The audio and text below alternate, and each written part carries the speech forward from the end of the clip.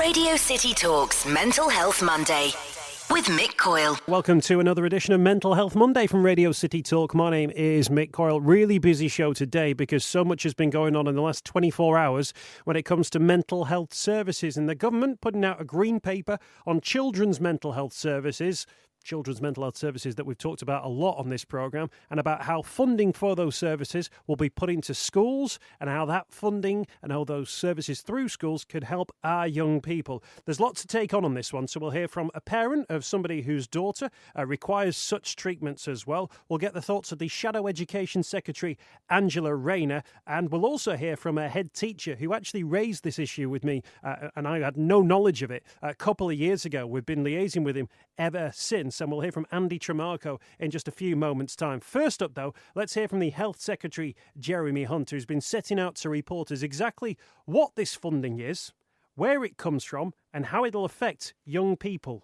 If you're a mum or a dad and your child has an eating disorder or severe depression, we want to help you, but the truth is at the moment it takes far too long to get your children the care they need.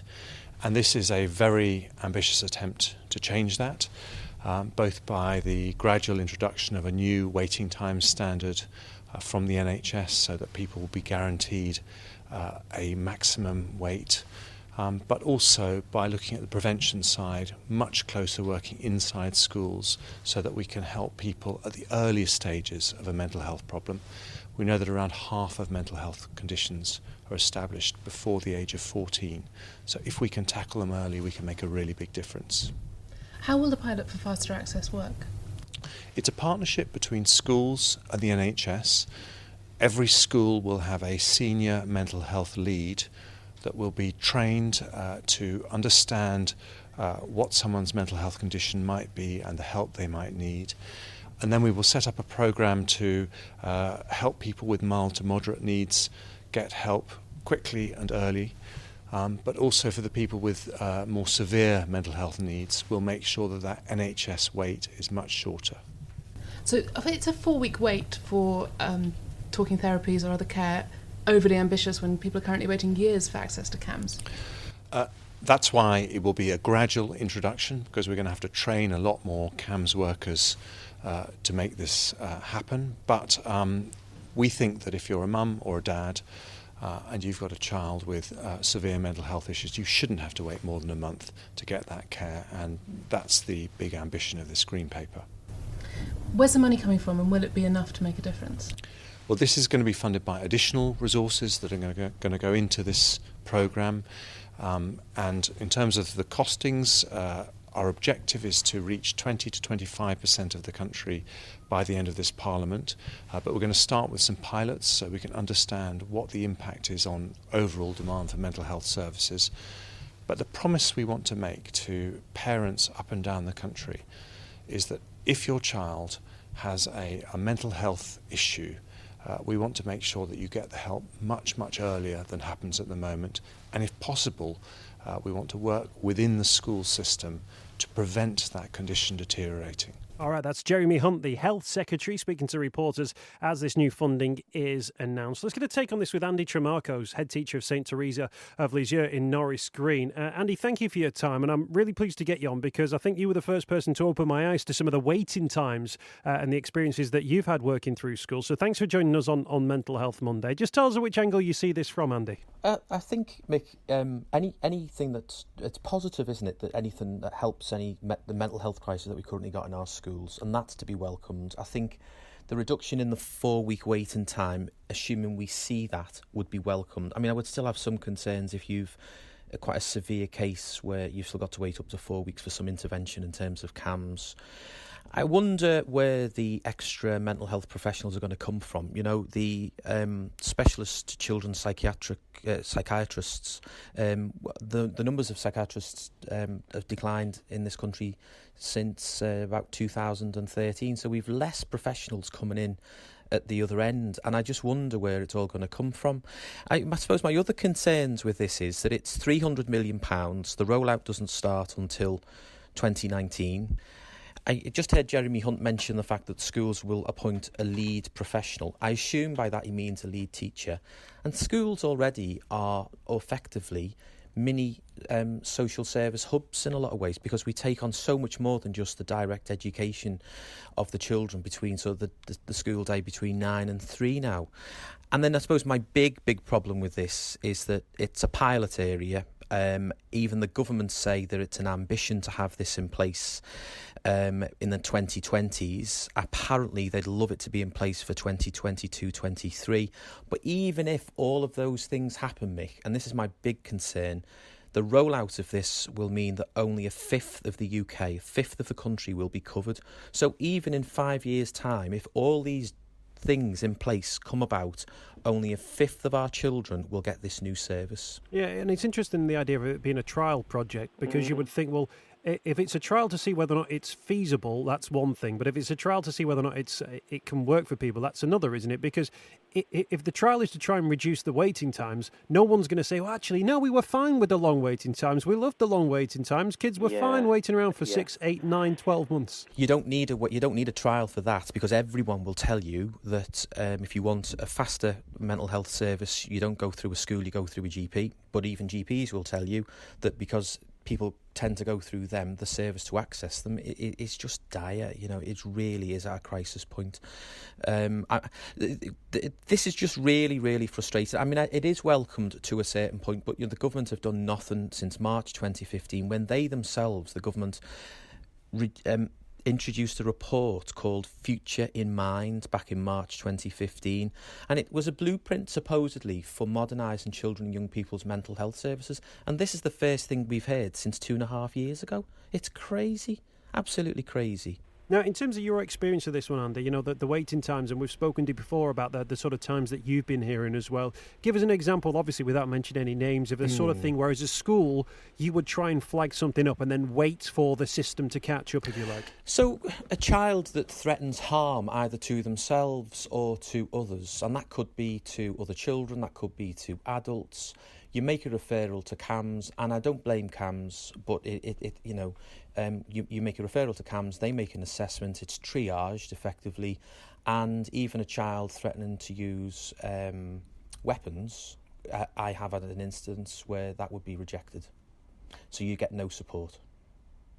And so you're left then thinking, well, another 6 months down the line, I might try and get this one in again, because internally we might put something in place. Now, up until Easter, I was very fortunate. I had somebody in school who also had a counselling counselling qualification, and we were able to access that. That member of staff has since left, and now if you want to engage with counselling services as a school, because you can't wait to get CAMHS, you're paying something like up to £70 an hour for somebody with the right qualifications, who's got the time. And we in school, Liverpool, schools are split into areas called consortia, and we pay into something via consortia called the Seedlings Project.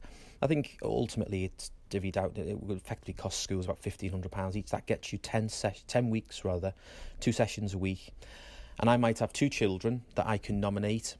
Say each will get 10 sessions, but I might have one of those who's worse than the other, who may need 15 sessions. So I either take 5 off someone who needs them, or I'm left trying to top up at the other end as the child comes to the end of their number of sessions, and I probably have to find the money to buy in some additional time, or consortia does. And it, at the moment it's bad. And I welcome the fact that they're going to try and make some changes, but really, I mean, Liverpool may not even be part of the 1/5 of the country that is affected by the changes. And I just think, well, what happens in another 5 years when we find out where it is actually going to be rolled out to? What happens to these kids in between? Because it's not right. Can I just pick up on something you said, Andy, there? You said you had a child who was threatening self-harm with a weapon, and you reported that for a follow-up through the mental health services, and that was knocked back as not being a severe enough or realistic enough threat? Yeah, there's that, and we've also had it whereby somebody, in the past has threatened suicide, and, again, if they've only threatened it the once, it's not enough. Well, how many times do they have to threaten it before that you get that level of support for that child? I mean, And what age would that child be, Andy? So I'm talking about somebody now who would be age 11, 12. Wow. Because that's almost like a sea change in the way of thinking about mental health as well, because there might be a lot of people who are thinking, well, the services that we're working on at the moment, extra additional funding coming into the service might only just top up what we're capable of achieving there. But from what we heard from Jeremy Hunt, he was talking about the senior leads within a school, and there's also this idea of a sort of a crack team of mental health service providers within areas that move around the regions as well. Yeah. Do you think that stacks up with the £300 million over the 3 years? Well, it probably doesn't. But then, is that lead person, professional as he calls it, a teacher? Because, where do I can get a Vasenko who's already out of class without a class teaching commitment. As a special educational needs coordinator. It is, yes. And that person's got a massive caseload at the moment. We've got over 80 on our special needs register here at my own school. In fact, we're building capacity internally with an additional assistant Senko. And I dare say other schools are doing the same. But then is it that this person becomes the lead mental health professional, or is it seen that it's somebody else with some other qualification in school? I mean, I don't know enough about it at the moment, and I dare say... Does it sound like it's going to be a liaison role rather than a medical or a medical role that somebody would actually have, proper mental health training in it? Yeah, and to be fair, I welcome the fact that the health will be talking more to schools, because that is a plus. We'd already have lots of... communication between school nurse service and also with the educational psychologists. So that's welcome. I just think it just really worries me, really, that we are going to be 5 years down the line with 4/5 of the country still not affected by any of the change that he's going on about yesterday as being a major sea change. Where is that a sea change where 1/5 of the country is potentially covered, assuming they even meet their own ambition in 5 years' time? In 5 years' time, we could be looking at another change of government with another sea change of ideas, and the poor kids in between are left just to and schools as well, trying to find the level of support that's needed for them. It's just very worrying. We've got Andy Tremarco with us, head teacher of St Teresa of Lisieux in Norris Green, and talking about this new mental health funding. I guess one of the key questions here, Andy, is in terms of the reasons that these children that you're talking to, who operate within your school, that require help for various different reasons. I wonder whether or not people see this as essentially, this is the next step, if you like. This is the firefight that helps children who find themselves in a particular predicament. But actually, the predicament that they're in remains the same, because that comes from a separate government pot somewhere else that falls into a different way of life. And I just wonder whether or not the reasons that children might be having mental health problems at such a young age aren't actually touched from this. This affects our response to those children, but actually it doesn't prevent the children getting the problems in the first place. There's a growing number of children in our schools in Liverpool who are young carers for adults in the family home. Poverty, poor housing, they're all key issues that affect the child's mental health. Social media and questions around that, and body image, massive issues in school. I mean, the list is endless, and I'm talking from a primary perspective, not even secondary, and colleagues in secondary could go on at length about some of the more severe things that they find, but we do find it in primary too, and I just find it really worrying. I don't think enough's being done quick enough, frankly. And in terms of those figures as well, half of mental health conditions are established before the age of 14. In your experience, what are those sort of those stories that of children who get sort of flagged up for a particular reason, then you see them go into high school, you see them go into later life as well, and issues that maybe haven't been able to been dealt with? And it's too late at that point, of course, because it becomes ingrained. They become not addicted so much to medication, but they're on medication and feel that they can't get by without medication. And yet, whereas if you can get that support at the very early stage within those first 4 weeks when it's identified, that's critical, absolutely critical. Would you put your hand up for this, the trial areas, if it's going to be 1/5 of the country by 2022-23, would you be saying absolutely come over to Norris Green? Of course I would. I'd definitely do it, because it's something that would help the children. I suppose my big worry is that it shouldn't just be on a trial base. Everyone knows there's a problem. Everyone knows there's a crisis. We should all be getting it, and it shouldn't just be by pilot area.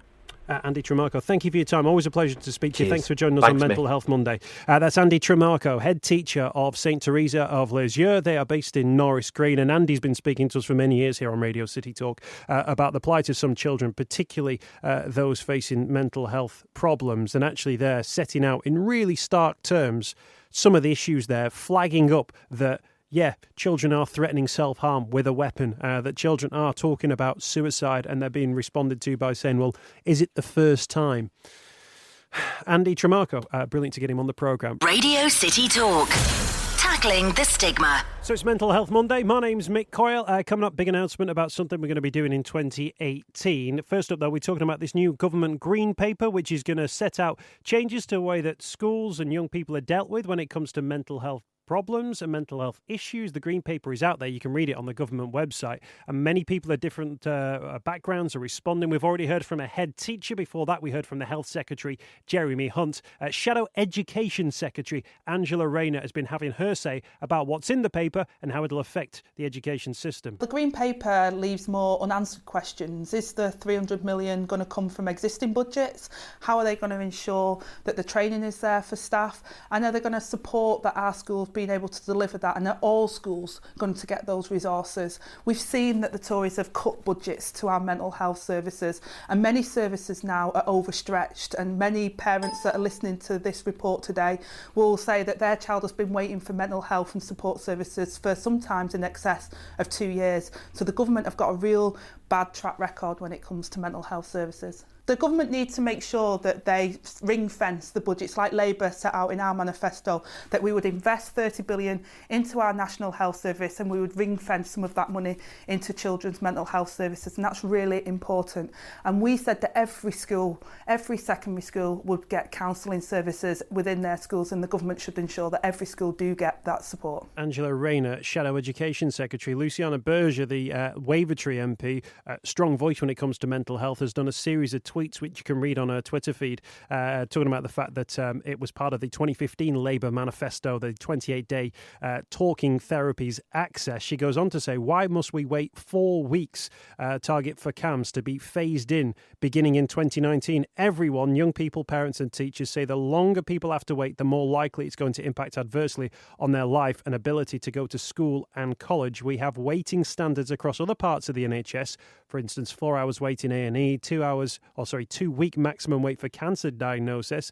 We need it in CAMHS too. She goes on to flag up a series of stories which suggest that the number of child psychiatrists aren't out there at the moment. The number of school nurses aren't out there at the moment as well, and that a nurses union said that the promise of 21,000 new mental health jobs by 2021 was not realistic, according to the Royal College of Nursing. There's some strong words from Luciana Berger in there as well. You can read that as part of a thread she's got on her Twitter feed, at Luciana Berger, Berger, if you want to read up on that one. Let's get another take on this now, because Lynn joined us on the programme a little bit earlier on. Now, Lynn was on Mental Health Monday a number of months ago with her daughter Martha, who has been tackling some mental health issues while at school. And Lynn's been looking through the Green Paper, and it's fair to say she's not impressed by what she's read. It doesn't look brilliant. What it looks like is there is going to be some additional investment in children's mental health services, but it certainly doesn't look like it's going to go as far as it should. So, for instance, rather than what my daughter Martha said every school needs, a counsellor in every school, a dedicated counsellor, it looks like this is going to incentivise every school to have a senior lead for mental health. Now, that's not a mental health specialist, that's a named member of the existing staff. Well, teachers have got enough to do in reality. Most of them really care about the mental health of their students, but they've also got an awful lot of other pressures being put on them by the exam regime, the marking regimes, the whole kind of assessment regimes that are in schools now. So it's probably going to make their mental health worse if they have to take on another area of work. There's part of it as well as this idea of these mental health support teams which will liaise between schools, whether or not they're regionalised and they liaise with schools. That mental health school lead can then go to that team and say, I've got a couple of cases you might want to look at straight away, or these are the cases that we're monitoring at the moment. That's something new, isn't it? That's something better. Well, is that new? I know that YPAS, for instance, around Merseyside, they have staff who go regularly to schools. The problem is that when they pick up issues where children need support, where young people need support, is the whole then referral process of getting them into the system. Now, I think we'll hear a lot later today about this idea of 4-week waits. Well, on this one, so as part of this proposal, there is a pilot for a maximum 4-week waiting time for CAMS, Child and Adolescent Mental Health Services, in some areas. So a pilot for it. Now, that's almost like you're testing the water to see whether or not it's either possible and whether or not it works. And I wonder whether or not straight away a lot of people, and I know Luciana Berger is one of these people, are saying, well, what do you need to know about that pilot? Do you think that, you might get to the case where, actually it turns out that 4 months is a perfectly fine time, that 6 months, a year is a perfectly fine time to wait? I think most people would think, well, a maximum 4-week waiting period, in the same way that you have targets for 4 hours within A&E. That parity of esteem suggests that is a reasonable thing, and maybe it doesn't necessarily need a pilot. Well, absolutely. What are you piloting, as you say? What are you piloting? If we see people quicker, can we help them get better quicker? I don't think that needs a pilot. That's pretty straightforward. And to do a pilot in selected areas implies that the resources aren't going to be put into every area. So here on Merseyside, we know that resources have been drastically cut for children's and adolescent mental health. I mean, I'll tell you that Martha is accessing counselling again, just a preventative thing, just to deal with some of the stresses of, being 15 and going through exams and everything else. A referral went into the system in June, and we're waiting still to hear for a first appointment, and that's nearly 6 months on. And that's the reality of what the impact that the cuts have had on organisations like YPAS. Tremendously frustrated people at YPAS that they can't see more young people and they can't offer more services, but 50% cut in their funding. So piloting seems a little bit of stable door horse bolted. I think we need to just get on and inject the resources that are needed into the system so that young people can access services when and where they need them. And if you talk to mental health practitioners, if you can see someone quickly, you can probably avoid an escalation of their crises, and you can do that at a very low level and at a very low cost. So it just makes no sense not to say we'll put resources into this and we'll get to people as early as we can with professionals, not dumping it on top of somebody else who's already got an awful lot to do and probably feels an intense frustration that the young people who are in their schools are not getting those services. What is your fear about what might be happening to your daughter and to your daughter's mental health in that waiting time? During that waiting time, we're talking 6 months on now. Now, if that 4-week trial was in place round here, that would have been July. You'd have been sitting down. You'd have been 5 months into a process at this point. What are your fears about maybe what's happening inside our head during this time? Well, I think we're in a good place now, touch wood, because Martha's talked about it. She's got a very supportive school who give her space in school when things get too much for her. She has a timeout card, so if she's in a lesson and she feels that she's getting upset or anxious or distressed in any way, she shows the teacher the card, she can leave the lesson and go to an agreed safe place. And that really helps her cope on a daily basis. But it took us a long way to get to that point. And in most schools, if children are in crisis, that's something difficult to manage in a classroom, and they may not have facilities in place for children to get support. So, I fear more for those children who have yet to be into a system that's given them some of their own coping strategies, because often this is about coping strategies. It's about getting to people early, giving them some coping strategies. We've got things that we can talk about now, but I also know there's things that Martha won't talk to me about, and that's where she needs the professional support, and that's been bottling up, and we both know that's happening. And I think, and I mentioned, new roles that may be created. Of course, many people would say, well, school budgets over the years have been reduced to the point where a lot of those roles, which would have been pastoral care teams, the people you could go and see, they're no longer working within the school environment. The sort of person you would actually think, well, that's not a teacher. It's not someone who's going to run straight to my parents if I go and speak to them. It's somebody, though, that I can go and have a confidential conversation with. And it's whether or not that role is taken on within this sort of new framework and this new setup as well. I guess as well for parents in your own situation, Lynn, that idea that if you report something, that you will get an appointment sooner rather than later is an absolute must, isn't it? In the same way that if it was a broken leg, you'd be expecting within 4 hours to be seen with A&E. Yeah, absolutely. And, for this generation of young people, these are proposals that are going to be phased in slowly, and it's expected that it'll be 2022 to 23 before only a fifth of England will be covered with those proposals. So, my daughter's in a different situation than your daughter. These services might be there when your daughter hits her GCSEs or her teen years, but they're not there now. And these proposals go hardly any way at all to making sure they're there. They don't even restore us to the position we were in a year ago in Liverpool, when we had the new hubs opening with YPass, increased investment in their services. They were able to take on more counsellors and they were able to see more children. And of we're course, not even back there. The other point, which I always raise on this stuff, is that we also, we can put the money into services and so on and so forth, but what is it, and resilience is this word, you've got to embed resilience into children as well, but what is it that we're throwing at kids as a society, if it's exam pressure, if it's social media, if it's bullying, if it's, debt, or whatever it is, what is it that we're throwing at kids that makes them feel like that in the first place? Yeah. That's the other thing that you've got to work. And I imagine that once you figure that out, that's almost cheaper to be able to put into place, whereas now it's the firefight we're talking about from Absolutely. a mental health point of view. Do you know, my favourite quote of all time was from Archbishop Desmond Tutu, who said, "It's time we stopped pulling people out the river. It's time to go upstream and find out why they're falling in the first place." And that applies so much so to children's mental health. We really have got to be upstream, dealing with the problems upstream, but we do need those people to pull them out the river as well, and that's what we haven't got at the moment.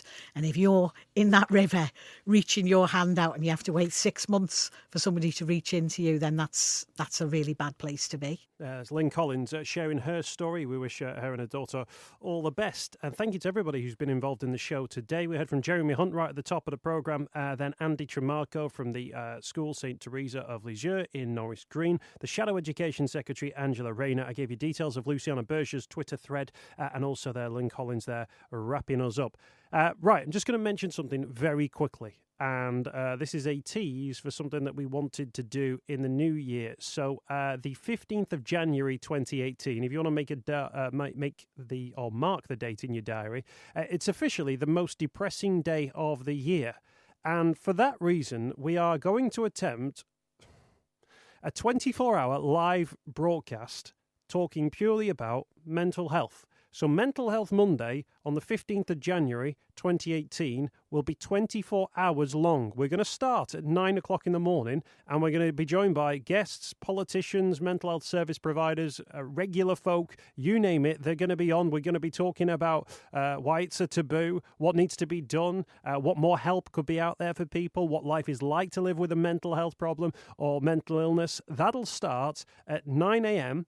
on the 15th of January 2018, and then me sitting here will talk for 24 hours straight with a series of guests until 9 a.m. on Tuesday the 16th of January. So we are going for what will be probably the biggest ever broadcast ever in all media in regard to mental health. It'll certainly the biggest thing that we've ever done as part of our news team, and it will possibly be a world record, but we don't know yet because we don't know whether or not anyone's ever tried to do it before. But we're going to do on Radio City Talk, a 24-hour Mental Health Monday. I need your help because that's a long time to talk. If you want to email me because you want to be part of it, there's going to be a lot of time to fill. mick@radiocity.co.uk. Tell us who you are, where you're from, what you want to be part of. mick@radiocity.co.uk. It's literally the biggest thing we've ever done, I think, as a station. And we're going to do our best to make it work. On the 15th of January 2018, it's officially Blue Monday, quote, the most depressing day of the year. So we thought, why not do things a little bit differently? 15th of January, the Mental Health Monday Marathon, 24 hours of mental health talk. Mental Health Monday on Radio City Talk. Tackling the stigma.